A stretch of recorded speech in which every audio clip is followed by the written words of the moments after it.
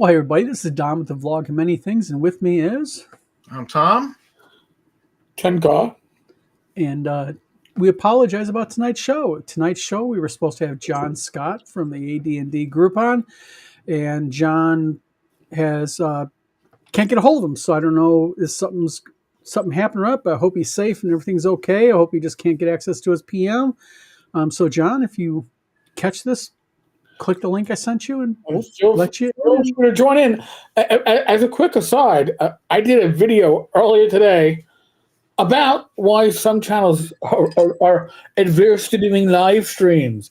And I didn't even bring this up, all right? I didn't even bring up that sometimes, you have technical difficulties. Sometimes you have guests that don't make the show. When I've spoken to other creators that have channels that are much more range than the three of us have total, and have great viewership, they're afraid that a live stream is an uncontrolled environment where people can go off script, including themselves. And for people that actually make some kind of an income off of YouTube and Rumble and Twitter, X, whatever, that can terrify you.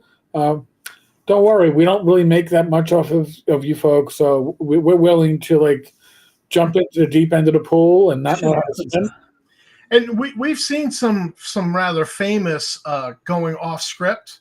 Oh yeah, and stepping your foot in the cow pie. I mean, like knee deep in the cow pie. I mean, I think of Ernie Gygax Jr. talking about Tommy gunning people who made it. Wasn't the finest? That was not his finest moment.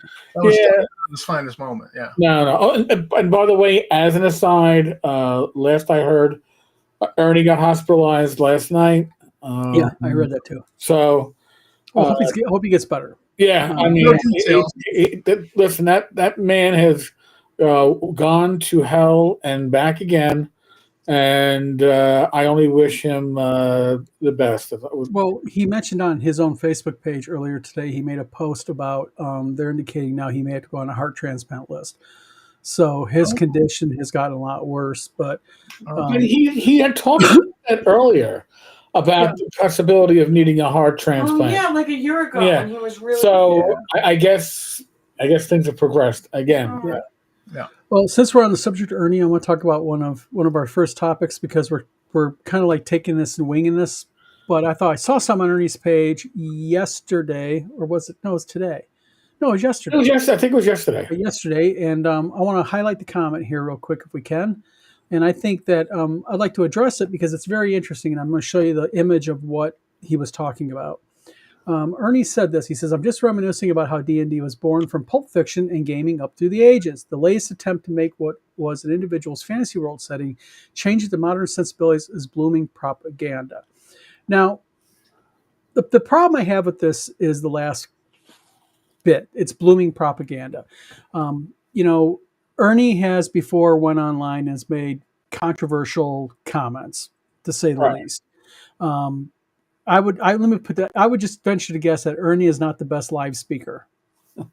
Now, this, by the way, this is in regards to. I'm going to show it right here. This. I'll do it right now, real quick. This right here. Now, who is the person who created this?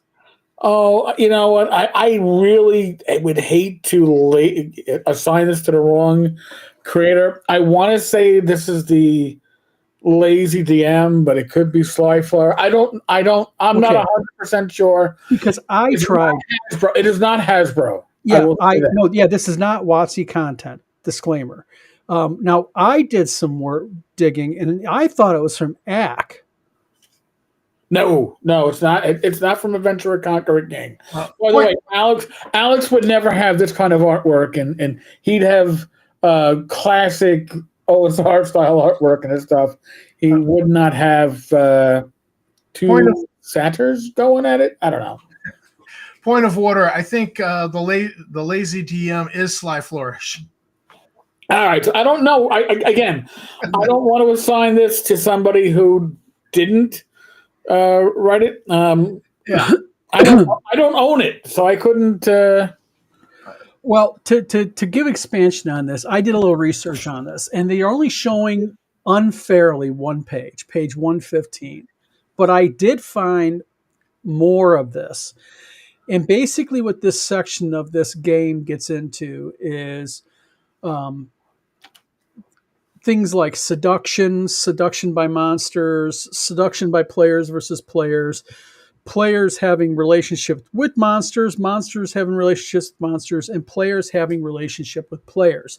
The big part about this, though, is the aspect of seduction and player characters having sexual relationships with other player characters.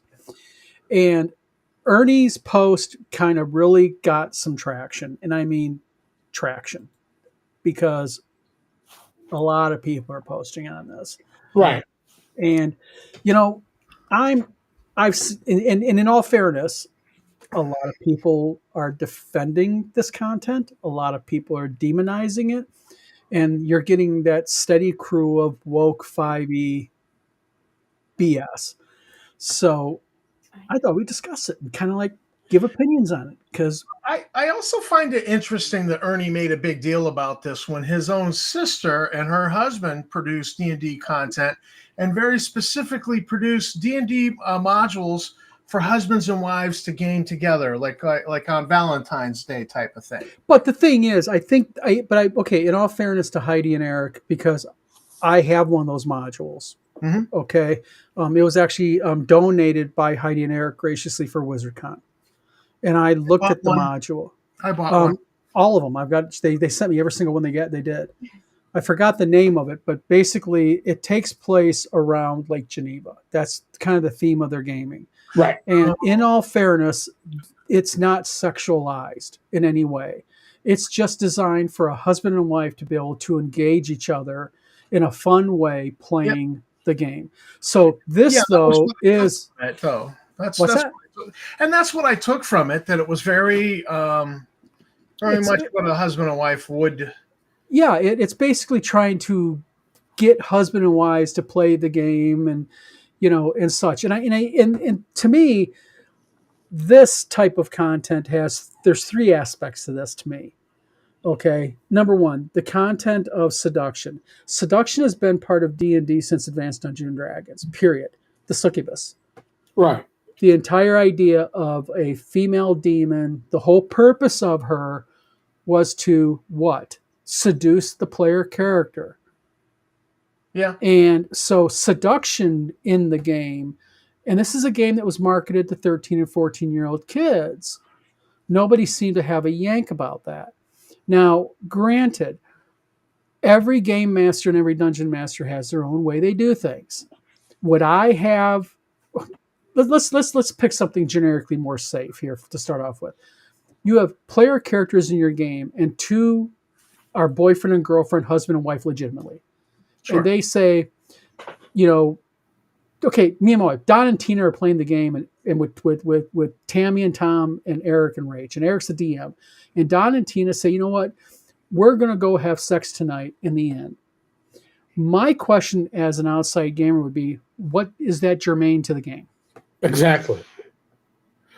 Well, here's the other thing too. I mean, going back to AD&D, the succubus, the dryad, right? Wasn't like the water nymph try to piss up something different before it dragged you into the water? Many. This wasn't seduction for the idea of, and then bing bang boom, you scored. This is seduction. This is going to kill you. Like a sea hag is going to kill you, right? Yes. It was not meant to be. Well, do you want to play romance? No. And listen, well, folks, I had a player back in my college days that wanted my apologies. Real quick, Eric, don't mean to interrupt. I had chat off. Guys, my apologies. No. But I had a player that wanted to seduce the barmaid and wanted to role play it. I'm like, dude, I'm not role playing this. I'm not here for you to, I don't know, have your little fantasy.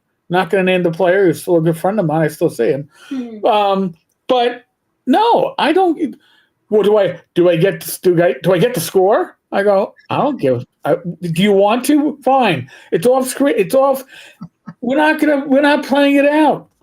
If we play it out in a year, maybe you got a kid. We'll worry about it in 9 months game time. I'm not concerned about it. But players today, not a lot of them, but a certain amount of them, I'm going to venture, folks, don't put me on the post when I do this. I'm going to venture that some of them are so outside the world of normal socialization, they can't ever imagine themselves being in a real romantic relationship, and they want to get their Well, I'm not saying it's a large number, but gaming gets awkward people. Oh God, it really. well, gaming has always role playing gaming has always kind of attracted also people who socially are not really social, Mm-hmm. like in school and such. But I think when looking at the comments and reading this content and reading the content in context and in full, not just page 115, Right. okay, um, you know, is to me as a GM or a DM or even as a player in general, my comment would be on it is what, if you're a DM and you're playing with a bunch of responsible adults and everybody at the table is okay with this kind of stuff, then do it. It's not my game. Right. And as a player, if I'm uncomfortable at a table, and see, this is where this touches other subjects, such as SA and kidnapping, and to quote DMG, spiders. Yeah, I know, but the point is No snakes. if you're in a game or if you're getting ready to start a game and there begins to be content within that game that you are not comfortable with, you have an obligation to speak up and say, "Hey, listen, come on, this ain't." You can be tactful about it. You can talk to the DM privately, maybe some other players, and just say, "Take a break for a moment." You talk to you. But the thing is, you know, I don't believe that this is necessarily woke content, like everyone's, like, not everybody, like a lot of people are saying on that group. I Right. think what this game is doing is this game is introducing an aspect of gaming that, although many people might find either distasteful or not agree with, it is a reality of gaming because it's taking gaming to a different level. Not a level that I would take it to, not a level that I would like, but you know, people will be able to argue against this also who say, well, I don't like things like kidnapping or subjects like, SA. I don't like that type of stuff. So the argument that we all argued is saying, well, hey, kidnapping is part of D&D, and orcs are bad people, bad things, and orcs are evil and all that. People can also take this and go, if you're right, then why can't I be right? Because, like, you're telling me if I don't want my orcs to be bad, but your orcs are going to be, then make my orcs not bad. Okay, fine. If you don't like my content regarding monsters and players, then don't play monsters and players. Again, as a player, as a DM, this is not for me. I'll make that really finely. I'm more old school. I'll admit it, but I can't demonize content if the content is being marketed and or designed to be played by adults. Well, I would like to know, people who say, "Well, I don't like kidnapping." Did you like the movie Taken with Liam Neeson? Did you watch that movie? I mean, it's this was a classic thing in, when I went to seminary, that they'd be talking about, like, how people will be against certain things, and I'm like, but you go to the movies, and because the movies are loaded with this thing that you're against, and I think I saw you at the movies, it was that kind of thing. So I mean, if you're sitting there and saying, well, I don't like kidnapping, it shouldn't be a part of the game, well, is it part of your other entertainment, is a question I want to ask, because Right. I mean, that would be kind of hypocritical, I would think. But the argument, my argument to you, Tom, would be, okay, you are 100% correct. But do you watch any type of movies or content that is adult themed? Not too much. but you occasionally do. And see, this is Tammy and I just don't go there. We keep it's mostly PG-13 in this household. We just don't do. Oh, and that's fine then, because again, it falls right under one thing, and that is this is not your type of content. Like it's not mine. Right. But I think, like Edward Kopp says here, safety note, this adventure incorporates mature themes, unsettling content, et cetera, et cetera. See, the only thing that I lack on this book is I would like to actually see a PDF of this to see if there is a warning in this type of book, because that's the whole purpose of the TTGRA that we're trying to get up and running, is because of things like this, purchasers, like parents especially, can know that the content that they're buying is okay for their kids. And, I that's why I'm really big on the Tabletop Game Rating Authority thing that we're trying to get off the ground, just because of content like this. Because like you, Tom, and like me, I wouldn't want my 13-year-old to have this game manual. I'm sorry, I wouldn't. Well, who's probably going to value that more is teachers and paraprofessionals who happen to be running the D&D club at their school. Absolutely. Right. It's because they're ordering materials, and so having a warning on it that they can look at and go, yeah, maybe we shouldn't have this for middle schoolers. Absolutely. And again, there's a lot of people that think this should be banned. They're actually making that comment that there's no reason this should be in gaming. And again, the comment that Ernie made, though, at the very end says, change it to modern sensibilities. It's blooming propaganda. I don't believe it's propaganda. No. He's trying to politicize something here. And that's exactly he's just being outraged to be outraged. Yeah. This isn't, a lot of people in his comment thread, though, are trying to politicize this. Because what they're trying to do is, and several comments were made, well, this is all liberal-induced stuff. One guy made the comment that, does the game maker of this, are they trans? And all this other nonsense. And it's like, my argument was this, and I'm just going to say this out loud because I think it's a valid argument. And that is, anybody who's watching this that's outraged at this content, my question is this: are you friends with Avenger Satanis? Have you purchased any Avenger Satanis' materials? Because you talk about fringe sexual content. His publishing company, Corvallis, I think. Yeah. Corvallis. Yeah, he really specializes in this type of really fringe, off-the-wall stuff. And I like the guy. I think he's a talented game designer. His games are not for me. Right. But the thing is I see a whole bunch of hypocrites in there because I started going to their pages and seeing if they were friends with them, and many of them are. And I'm like going, wait a minute here. This is all woke, 5e, modern, designed by, the trans community. One guy made a comment that this is the trans community attempting to indoctrinate kids, and that person was friends with Venger. And I'm thinking to myself, whoa, why don't we sit there and start pulling back our moral wet blanket that we're trying to cover our head with and face a few things here?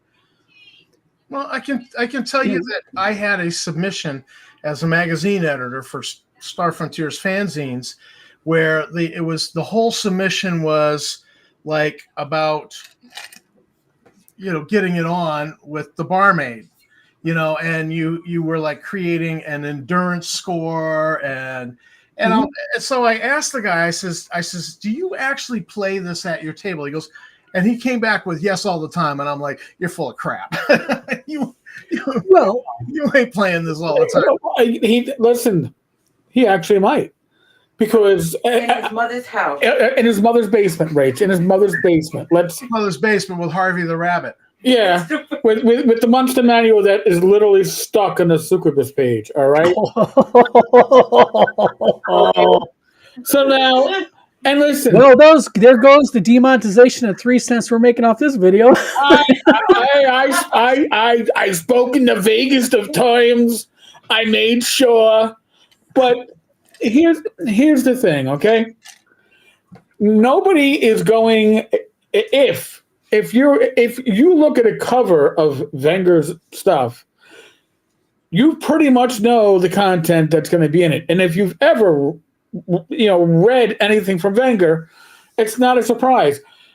I think that the juxtaposition is that this is being presented as a regular RPG supplemental material from a well-known third-party publisher for 5e, and then it's talking about sexualization. Now, I'm in my 50s, folks. Not quite 60. I'm working on it. I'll get there at some point. All right? And some people may call me a prude. I don't, but some people may. But there are certain things that I don't believe are part of a traditional fantasy. When I say fantasy, I'm not saying sexual fantasy. An RPG fantasy session, you're going to get in those violence, blood, gore, death, killing, poison, traps, right? You don't usually have incidents of sexual gratification. If your game session requires that, you're amongst consenting adults, you're probably not playing a traditional RPG in a traditional manner. Well, there's also a lot of role-playing games out there that are actually geared up for erotica, which is fine, But I personally, for me and my whatever sensibilities, I don't want my peanut butter and chocolate being mixed. I'm not a fan of that. Okay, I don't need my violence gratification, my murder hoboing being combined with 14-year-old self-gratification in the bathroom. I'm just saying they don't mix, in my opinion. Honestly, though, wouldn't you say that average D&D party, they're murder hoboing their way through a dungeon, and they get to a room, and then the dungeon master says, "This beautiful woman is trying to come on to you." I would say that the average murder hobo is going to be roll for initiative. No way. Yeah, no, I'm not even going to say what. I'll be like, I surprised her, right? Great, I lop her head off because I'm not. No, first off, you know that doesn't end well. You anyway, say most channels are separate. Yeah, that is. It's too good to be true. Wow, there's a treasure chest overflowing with gold. Do you think it's a mimic? Do you think if there's a beautiful woman, just come hither here, Ernie? No, I can tell you, it ain't what it seems to be.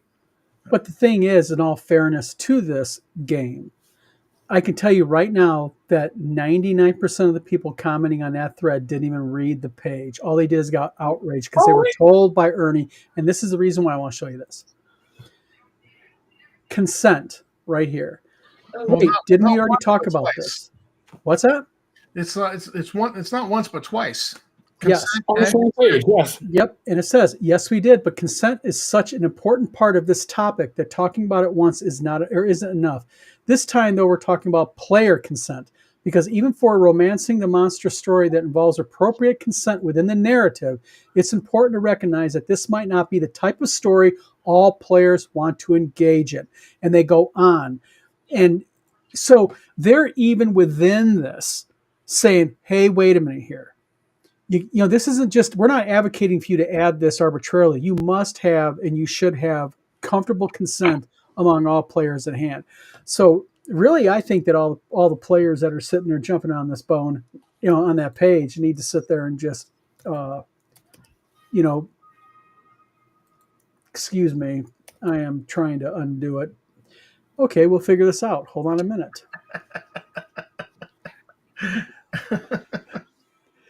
Oh, we just go ahead and do this. This is those technical difficulties that Eric was mentioning. Yeah. So. Oh, there we go. Yeah, this works out really well, don't it, guys? Jeez. Yeah. You know what? I'm about ready just to say the hell with this. Yeah. Oh, hold on a minute. Let's try to kick this out of here. I have never role played this in 40 years. And to be honest, we never, ever, ever encountered a succubus. Really? You never use that. You never use that monster as a DM. I've never used it. I never remember my other DMs using it because we were a small group and we all just rotated being DM. Nobody ever used it. Nobody was ever like, ooh, we got, it's a 14-year-old boy like, oh, we got to have a succubus. No, we just never. I find it interesting because it was such a prominent monster. It was even in the monster cards that they put out. I never had the monster cards. Okay. And honestly, do you remember succubus ever showing up in any of those early modules that TSR put out back in the day? I don't. Not the modules. I don't remember her in the modules, but it was a demon that that was used a few times in my games because it was just an interesting way of getting players to fall for their stupidity. Right. It's to lower your guard. And by the way, if any player in an OSR campaign was willing to fall for that, especially nowadays, you're out of your mind. Okay, so it's apparently Sly. Yeah, it's Sly Flourish. I'm not sure which book it's in because Sly has so many damn books out, and I can't find a timeline for when they get released. But listen, this for him is awesome because the Anger Brigade, whether it's from the left or from the right, sells books. It sells content. You got people talking about it. And you're going to have angry people buying it just so they can tear it apart and quote from it accurately. So for him, this is a win-win. Well, I have a recommendation on this whole sexual seduction role-playing. Traveler had a character creation game. You did it by yourself. And you just, you rolled the character and you decided when you were going to have him, step out of, and because every session, every round, there was a chance he could die in his career. Just make it a solo game and play it with your character, but But why make it a solo game? This is the whole thing. It's all about consent. I mean, right. I'm not advocating if I first of all, disclaimer, my youngest is 18. So I don't have young ones or teenagers running around anymore. But if I had a table full of my daughter was 14 and she had a bunch of 14-year-olds over, I would not allow this content in the game. Right. And if I heard them playing this content, the game would be over forthwith. But if you have a group of consenting adults, then do it. Just like Arkham Horror has elements of erotica in it. Ravenloft. I mean, look at the covers of Ravenloft. One of the most famous covers of Ravenloft is what? Dracula doing what? Carrying the woman that barely has a lacy dress on out.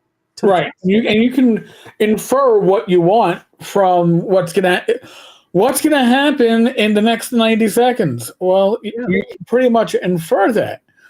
The thing is, and is that generally speaking, for most of us, I'm speaking for myself, but I think I'm speaking for most of us, these scenes happen off screen, right? Even the romancing part, we don't role play it. It again, I refuse to because just the thought of role playing this in my 20s was so awkward that I was like, why would I want to? Ew. And as an adult, I laugh at you. You want me to role play that with you?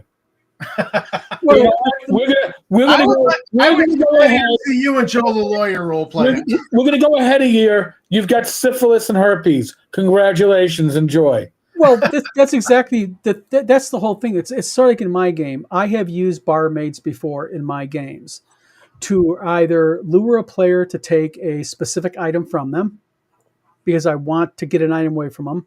Now, I don't tell them lure them up to a room. I lure them away from the player characters with the barmaid flirting at them. Because if you have an idiot willing to fall for that crap in a game, they deserve to lose whatever they're going to lose. Right. But I've also used barmaids to flirt with them to say, would you like to go out to the alley with me? Yes, there's innuendo there, but what's the purpose of it? Because she's hired by the local thieves guild to lure rich travelers out to the back alley, and then they're attacked by the the Thieves Guild, and what happens? They risk losing their gold or their whatever.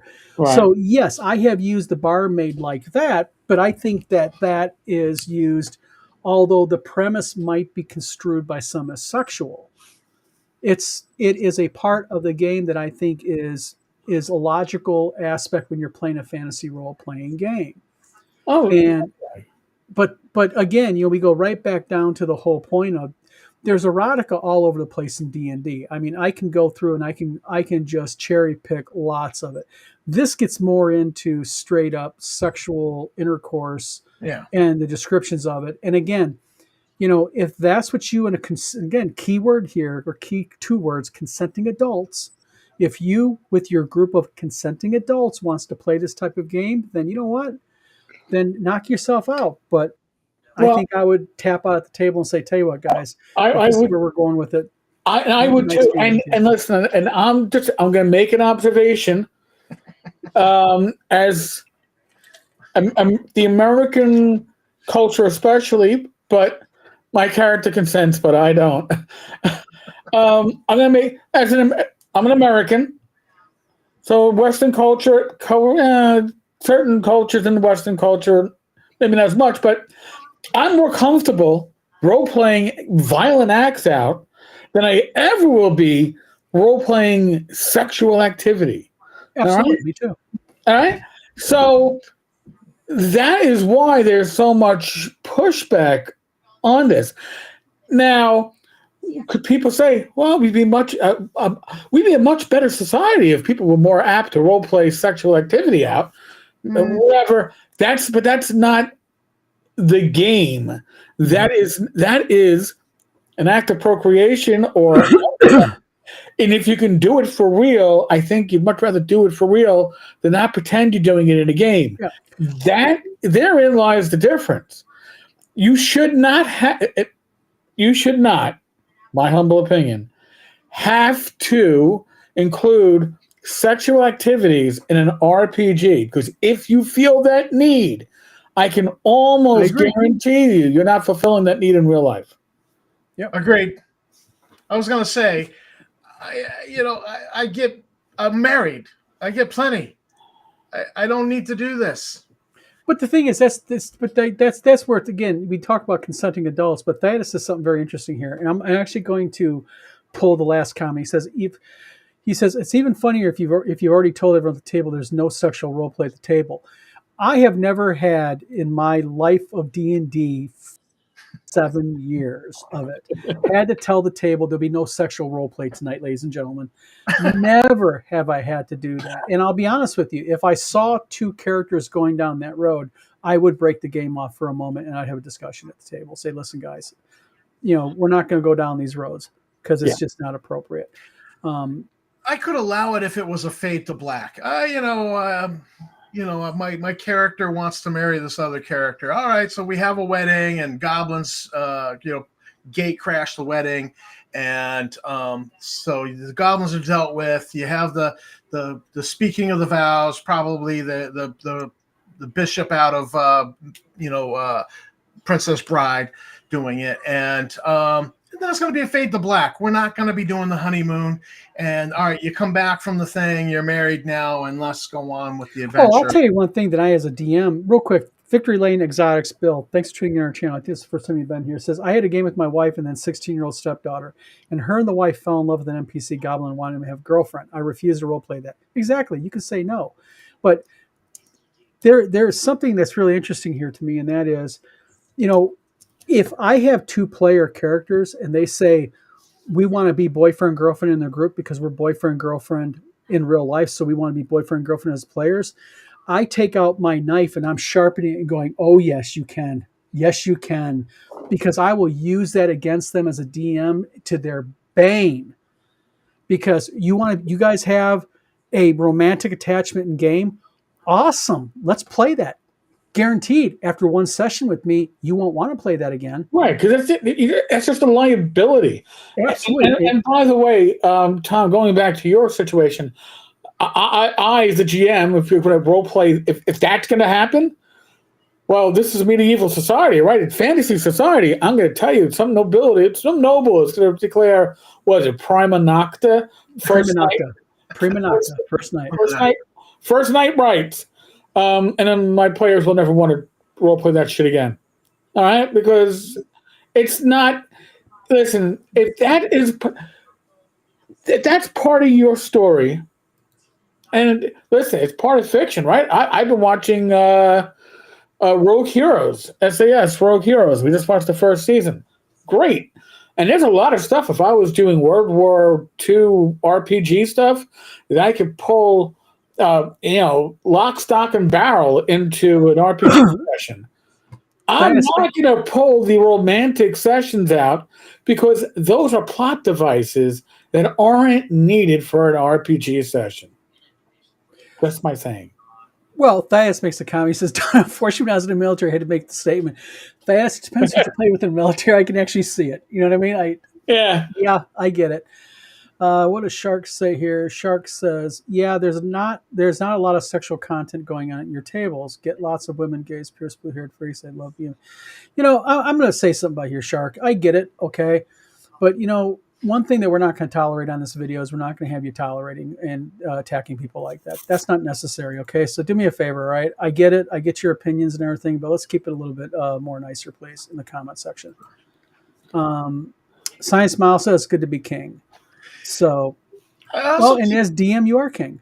I also keep going back to what was it that drew me to Dungeons and Dragons when that Christmas when I opened up the box and I was like, I can live out Lord of the Rings and The Hobbit. It was the adventure, it was the exploration. It was not the sex. There's no sex in Lord of the Rings and The Hobbit. It's all fade to black, and that Faramir falls in love with so and so, but that's all off page. That's off camera, and none of that was what made me interested in D&D. It was an adventure game, and I was excited to vicariously live out these adventures. That's what drew me to D&D, and this has no draw for me. This absolutely has no draw. Mm-hmm. Well, I mean, listen, I find it interesting that go back to earlier WotC stuff. Go back to the days around the D20 license. They put out a book of Vile Darkness that you had to unwrap the wrapper of to even get to the content from Wizards of the Coast. Okay? Real quick. Yeah. Eric, Science Smile says, sorry, it's a quote from Robin Hood Men in Tights in relation to Prima Nocta. No, actually, Science Smile, Prima Nocta was English. It was a legitimate English right of lords of their land. Yes. That's documented in English history. They used to pull it on the Scots all the time. It also made an appearance in Braveheart. Did it? I believe, yeah. Actually, according to was it Gemini? Is that the AI on Google? Edward I of England is said to have enforced Prima Nocta in an attempt to breed the Scots out. He sent English lords to occupy Scottish castles and gave them the right to have that was Longshanks. Yep, with any Scottish bride on her wedding night. Yes. So, well, the thing is Shark then makes another comment that I do agree. He says, struggle, war, death, heroes, and courage is what my game tables are about. Yes, and Shark, that's what attracted me to D&D as a 10-year-old. It was like, I can be this heroic warrior, I can cast spells. And this is what I argued before about the core thing of what made D&D so popular, I think, is you could be anything you wanted to be. Well, but listen, I think you hit the nail on the head. You just said a bad word. You could be the hero. When to be the hero, right? To be the hero in an RPG, there has to be good and bad. And D&D, as we played it, as it was written, you had good and bad. Mm-hmm. D&D 2014 had good and bad. D&D 2024 has shades of gray and a little bit of nothing. You can't assume that orcs are evil. You can't assume that the succubus is evil. There's no. So you can't assume evil then how are you going to be a hero? Your whole career is indecisiveness. To be a hero, you Oh, got to be absolutely. indecisive. And you lost that in D&D 2024. And I think you literally, Don, hit that nail on the head, and it should spark across the community, because what D&D 2024 lacks, and we're seeing it in these recent publications that are supporting it, is heroism. Okay, and they've listen, when Don was talking about Tolkien, right? In Tolkien, the heroes were the halflings, the humans, the dwarves, the elves, and they all had different characteristics. They all had the dwarves were stout and strong and could take a lot of damage because they were dwarves. Elves were great fighters and bowmen and magic users. Halflings could just have this force of will.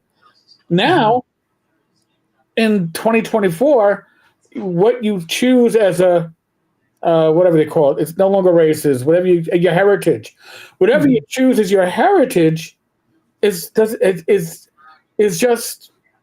it's a tablecloth. Okay, it is trappings. It has no effect. They've taken away that heroism from the game, and I think that's going to be the downfall of D&D. I really do, and this, by the way, folks, this is a conversation that we probably never planned on having. Yeah. But this is why I love live streams, because you go in these directions thanks to people in the chat. And so the issue that we're looking at is that D&D 2024 or D&D Forever or whatever they're going to call it isn't about being the hero. Okay? In 2024, I'm not even sure what the point is, because you can't be, I'm the paladin and I'm going to save the world, because, well, I don't know who's harming the world. You know, maybe the elves are, maybe that elf is working with that orc and that dwargor, and that halfling is the evil lord, because you can't judge everybody individually. There's no good, there's no evil. And that, to me, is so vanilla that you've taken away the ability for players to play heroes. And that's why they're filling up that emptiness with romance, because you've taken away the heroism. If I can't be a hero, at least let me get laid. Well, I don't know. True. Maybe that has. Well, you know what? And I guess maybe on that point, Tom? Well, I was going to say, building off of what Eric said about you know, orcs aren't bad, goblins aren't bad. I was going to bring up, correct me if I'm wrong, Don, but weren't you put in Facebook jail a few years ago for saying that I think the quote was, goblins are the worst? Yeah, I said something in jokingly in Facebook about goblins being bad, or goblins are horrible, or something like that, or bad, and they literally put me in Facebook jail over it, saying that I was attacking a fantasy race. Yeah. You were a fantasy race for saying they're bad. Yeah. Oh my God! Well, now we need Matt Jackson coming in to talk about gnomes. Man. Yeah.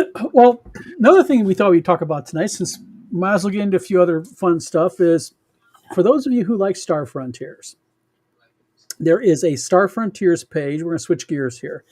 There's a Star Frontiers page out there called, what is it called, Tom? Alive and Well. Star Frontiers Alive and Well. And there are a core group of individuals who believe that Star Frontiers, you can publish fan-based products under the OGL. And I went in there and I sinned, and I said, no, you cannot.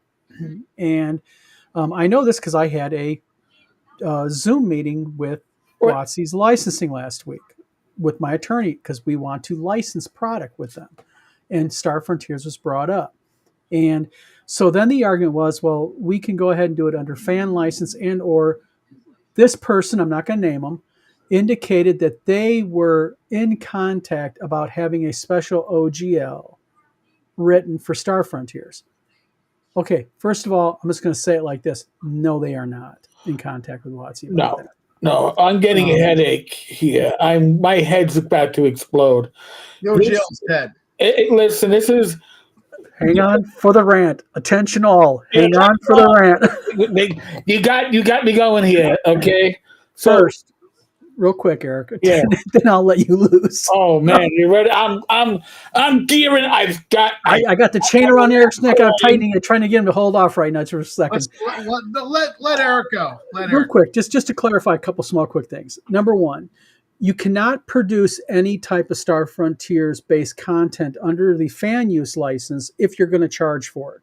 And I don't care if you say pay what you want to. It's still considered, if you're making 1 cent off of it, you're in violation of their fan use policy for Star Frontiers. Period. End of story. Now, I have unleashed the Kraken. The door has been opened. All right, so I'm gonna give the short history lesson here. When WotC when they gave us the OGL, they gave us the SRD with it, and at the time the D20 system license. Now, the D20 system license could be revoked, and it got revoked because of certain material that WotC was like, holy shit, somebody could publish this and then put our system license on it? Well, oh my God. And by the way, it happened to be a book about sexual deeds. So that had to get removed.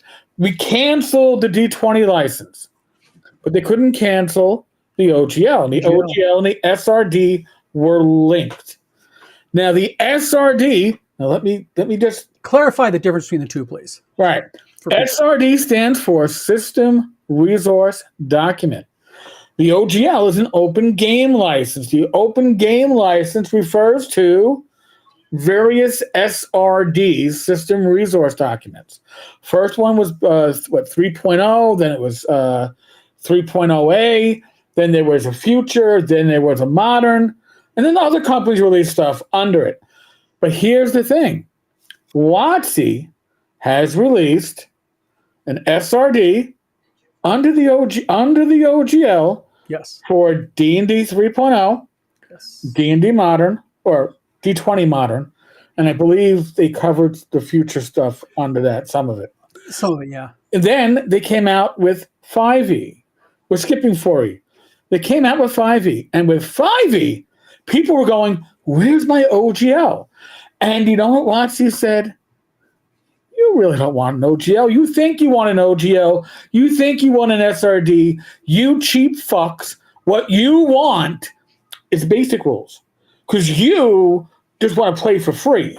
So we're going to put together basic rules that you can use to play D&D for free. And no, you can't use them to publish your own work. No, it's not an open game license. No, it's not an SRD. And you know what? People would not shut up and kept on asking, where's our SRD for 5e? And finally they relented. Okay. So we've set the plate.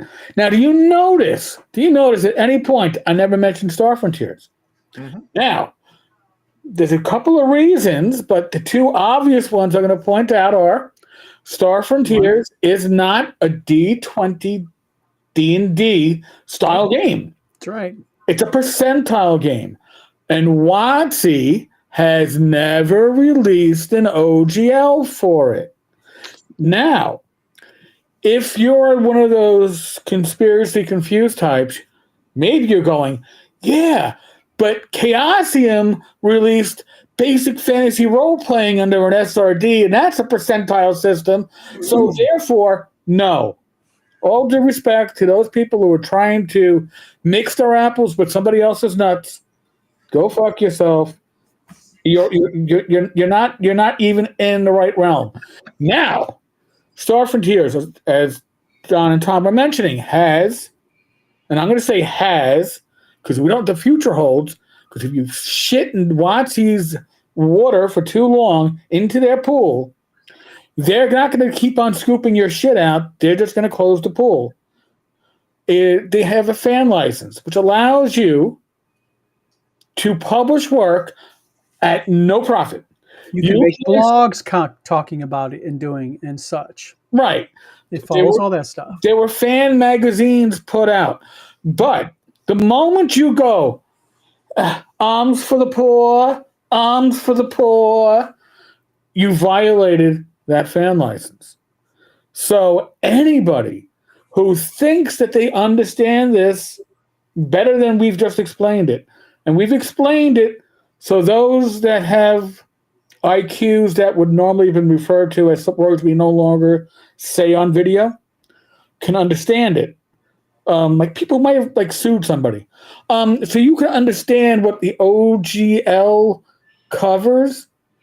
WotC has not released an OGL for Star Starfront. Frontiers. But also, there's also another aspect of this because I talked to the individual on hand, okay, on video. I got in a video conversation with him.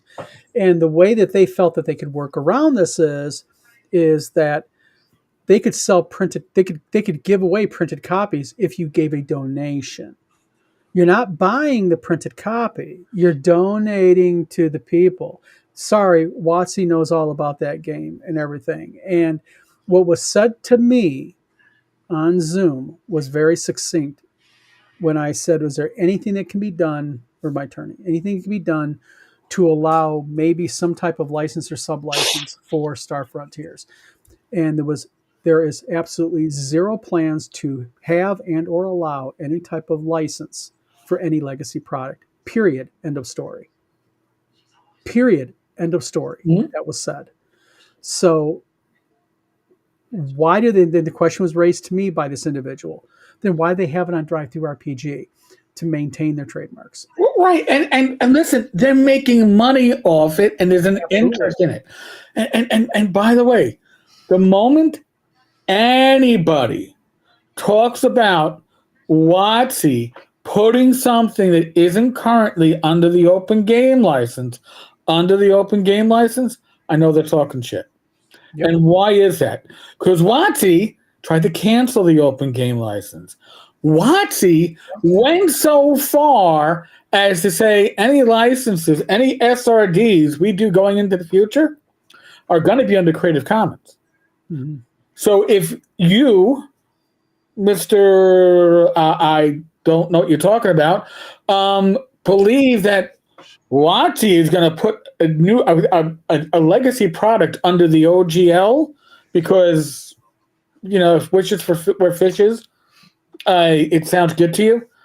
You're delusional, and I mean that with all due respect. Well, but also, you know, in all fairness, very early on when we first reached out to them, there was confusion because, you know, talked to a trademark attorney. A trademark attorney first said, well, the problem is I know what the SRD is. I've read it. I know what the OGL is. Uh-huh. But the problem with these licenses is they're anamorphic specific. And I asked him what that meant. And he said, basically, in legalese, what that means is that they're not really specifying it's for Dungeons and Dragons only. It's the way they word it. So early on, the trademark attorney was like, this is really ambiguous. You might be able to do it. Very early on, when in contact with Wizards of the Coast licensing and IP people, they even were like, we'll look into this. Mm-hmm. There was like some heavy, like, interesting stuff. And then all of a sudden. Well, but here's the thing. If you look at the open game license, it refers to, and this is remember, the open game license that Wizards initially put out has been used by other companies. Because the license itself is open. So other companies have used it. Mongoose released Mongoose RuneQuest under it. Yep. They released Mongoose Traveler under it. So that's how other products all of a sudden had SRDs. But WotC never said, hey, Star Frontiers, come on down. We're releasing you under it. They never made an SRD for Star Frontiers. Yeah. Now, Star Frontiers, the trademark, it has a history. It has a history of a certain, what was it, a purple or blue-haired individual the company behind the Fate RPG, Evil Hat, made an attempt to snag the Star Frontiers license, but even or the trademark. But even when they went for the trademark, they didn't go for the IP and they didn't go for the system because that stuff was not owned. It just appeared that the Star because they were smart enough, at least in their limited ability, to Yeah. sit there and know that, because they probably talked to an attorney about it. Yeah. They grabbed You the know? trademark, did a trademark squat, and they backed off when they got C&D'd. Yeah, smartly so. Unfortunately, well, part of the Evil Hat thing, what happened is suddenly all of the old content, except for the 2001 and 2010 modules that were licensed, that were printed under license for Star Frontiers, all the old content was put on drive-through. And we were all like, hallelujah, I can get a hard copy of the rules now because you can. And so we were all excited and it was great. But then all of a sudden, WotC shut everything down. And we actually had to shut down the fan magazine for a year because of Evil Hat. And I was like, damn it. I do enjoy my hardcover book. But Yep, I get it. Hey, real quick, Eric, is this the Discord gentleman? Yes. Hey, Edward, you can go ahead and drop me an email. Okay, the email you're sending to, we're having some issues with it. We're getting email from Gmail, but places like AT&T and some other service providers, for some reason, they have us blacklisted. So, if you could do me a favor and drop an email to basically, it would just go ahead and send it to Wizard Tower Games LLC. I'll make the email in here.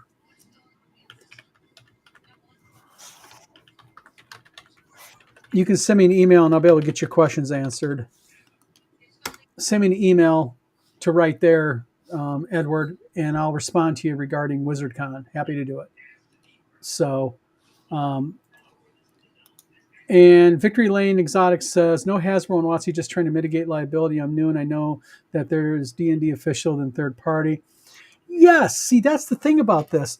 And this was the big argument with new TSR. And this is just a fact. Take all the insults out of it. Buying a trademark, even if you are managed to buy the trademark, it doesn't give you rights to the IP. It would be like me buying a trademark to Coca-Cola because they let it lapse and say, okay, you owe me the formula. Oh, damn. I mean, but it's the same thing because I get it. I get people are fans of stuff. I love Gamma World. Tom loves Star Frontiers. We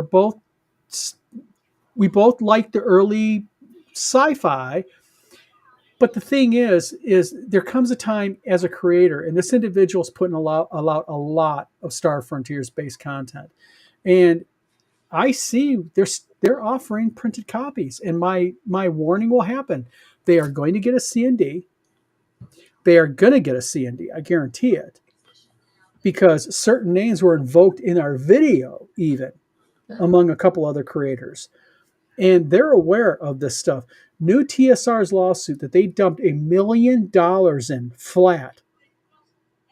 If that doesn't tell you a company is willing to drop $1 million, and all that other company had to do that they sued is say, we will stop selling, we'll drop everything, and they're willing to take that hit and say, okay, we're happy now, that better scare the shit out of anybody contemplating using their IP without their permission. Mm-hmm. And it's like me, Eric, and Tom. I'm going to talk about something quick. We're getting ready. We want to put out a Blades and Arcana sci-fi version. We are staying away from a Star Frontiers compatible version. Why? Because we don't want to be sued. I don't want a C&D, Well, we wanted all of the Blades and Arcana lines to be compatible. Absolutely. But we also talked about making a cross-compatible version. And the problem with you running into stuff like that is when you start doing things like that and you start touching other systems, you're dealing with, like I said before, a dragon who's sleeping. And like I told Justin and Michael in the very early on, you're going to walk into a cave and smack the dragon in the nose of the sword, and it's going to wake up pissed. And I got laughed at. Well, here we are $1 million later, and God knows what they've spent and all the turmoil and everything. And You know, Well, just yeah, it he's ain't selling worth it, man. his Dungeon Hobby Shop Museum. He's liquidating property in Yeah, North Carolina. the He the appears to ram go through a divorce. yeah the ramifications of his actions are just it's like a brick in the middle of a small pond, a big boulder. Just think of the waves it's created. Huh? So it's a cautionary tale. I always said new TSR is going to end up being a cautionary tale in gaming, and also as game creators what not to do. Yeah. So anyone out there thinking about buying a trademark and thinking because you bought the trademark you own the IP, you might want to talk to a trademark attorney because I can tell you haven't yet. If that's what you're thinking. There's a miniatures manufacturer that made a little for miniatures for gaming for sci-fi ship to ship combat. I'm not going to say who. But they actually made knockoffs of the X-Wing fighter and the Y-Wing fighter. Mhm. And on their website, you have to be in the know because there's no pictures of the products. You have to be in the know and you have to order the right product. And I have some nice little. Well, regarding that, interestingly enough, I deal a lot in movie prop making. And I know a lot of third party, they call them garage makers. And what garage makers are in model building and display models, 2.5 foot long X Wings and Y Wings, I make those. Mm-hmm. Those are kits that are illegal to purchase, the people who make these things. But what they call them garage kits. And now this is the reason why Disney and George Lucas allowed it. George Lucas in an interview was asked, don't you know about these people making these models and everything? And he goes, absolutely. And he goes, you're not going to shut them down? He goes, why? They're doing the best job for us for advertising Star Wars and helping our genre of our movie and the popularity. Now, Disney, the mouse, since they took over, it's like I'm not going to name them online. There's a very popular lightsaber maker online. I know the owner personally. I used to do model making for him because he used to sell models for Star Wars. And all of his stuff is lightsaber Star Wars, but you don't call it the Darth Vader lightsaber. It's the Darth Lord. And it's just like with X-Wings. It's not called the X-Wing fighter. It's called the X fighter. The Y-Wing is not the Y-Wing bomber. Yeah. It's the Y bomber. And it's kind of like how you word it sometimes. Well, they have recast these two fighters as very specific fighters within one of their factions. I think it was the Anglican that came out of Great Britain faction in space, and they also have the Colonial Viper, aka of Thunderfighter from Buck Rogers. No, the Colonial Viper from Battlestar. Oh, from Battlestar Galactica, gotcha. And I happened to order that one, and I was like, "Oh, these are so cool!" And they were so tiny, though. But you know what the problem with that is that what they eventually will end up doing is if they get on the radar of Disney and Disney, there's an old saying. I'll tell you right now in the prop making community that I'm very deeply involved with. There's a saying: "Don't f with the mouse," because everybody who's f with the mouse, they'll make what WotC did.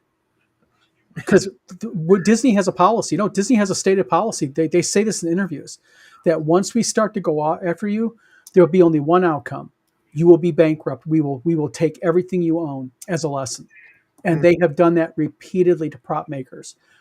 And we're talking about guys who just make like a resin X-Wing fighter in their garage, and they get too big. They start advertising as the X-Wing. It pisses Disney off, and they end up having Disney go after them. So nobody messes with a mouse. You get a C&D from the mouse. Thank God I got a C&D and not a lawsuit paperwork in the mail, because sometimes they bypass the C&D because you're actively in commerce and go right after you. So is what it is. But Victory Lane, the movie prop stuff is crazy. Yes, it is. Yes, it is. And so you just finished a Han Solo and Carbonite, did you not? Full-size Han Solo and Carbonite, and I delivered to Connecticut last weekend. And theoretically, again, that prop is not a licensed prop. Sideshow Collectibles makes that prop. But the thing is I don't have it on a website. My prop making is largely by word of mouth, and where I get my side panels they're the actual Volvo side panels. So I'm not buying anything illegal. I mean, they're Volvo dashboard panels. And then the middle Han Solo is made by an individual. I'm not going to get to who they are, but theoretically, is that a violation of Disney's IP? Yes, it is. But would I, if I got a C&D that said never make another one, would I say F you to Disney? No, I'd follow. I'd say, much is going to suck. I'm going to stop doing it. So Yeah, or you're just hand making something and selling it on the side. I mean, it's still considered that, but the thing is, what you're making is not a licensed prop. It's not licensed. If I went out, like I can buy Star Wars figures and sell those all day long. Sure, I can second party sell them. But if I make my own little Star Wars figures, my molds and everything, I put them all together and say, these are things, there's where you're overstepping the line. Yeah. So is what it is. But well, everybody, it is Star Rovers miniatures. It was a sculptor who was he saw Star Wars and was blown away by it, and he started sculpting miniatures and selling them, and he got C&D'd, and so then they just they changed them a little bit, and they added ears to Chewbacca and then gave him a different name, and and they're lucky that they still didn't continue with the lawsuit against them. And they sold them as Star Rovers. So if you know what you're doing and you can collect the pre C&D stuff, then you got something. But it gets expensive. Yeah. So, well, everybody, we've learned so much tonight on tonight's impromptu show. So, it is 9:09. We like to keep it about an hour. Tom, Eric, thank you for tuning in, being part of the show. Definitely. Everybody in chat, thank you very much. Everybody had a really active chat session this time. We hope John Scott gets better. Yeah, we hope Ernie Gygax gets better. Don't agree with a lot what Ernie has said, but I really hope that his heart gets healing and he gets back on his feet. We don't wish ill on anybody. Oh no. And he has maybe one or two people. Yeah, maybe I guess I could say at least two people, but the thing is and so again, wish everybody good luck, enjoy the weekend. We have Paige coming up starting Wednesday night is when the cheesesteaks begin flying. Well, I think it's Thursday night. Thursday night the Paige cheesesteaks fly. Cheesesteaks fly Thursday night. You guys have fun. Oh yeah. Well, I'll be cheesesteaking. Alrighty, guys. Everybody, good gaming, okay? And we will see you in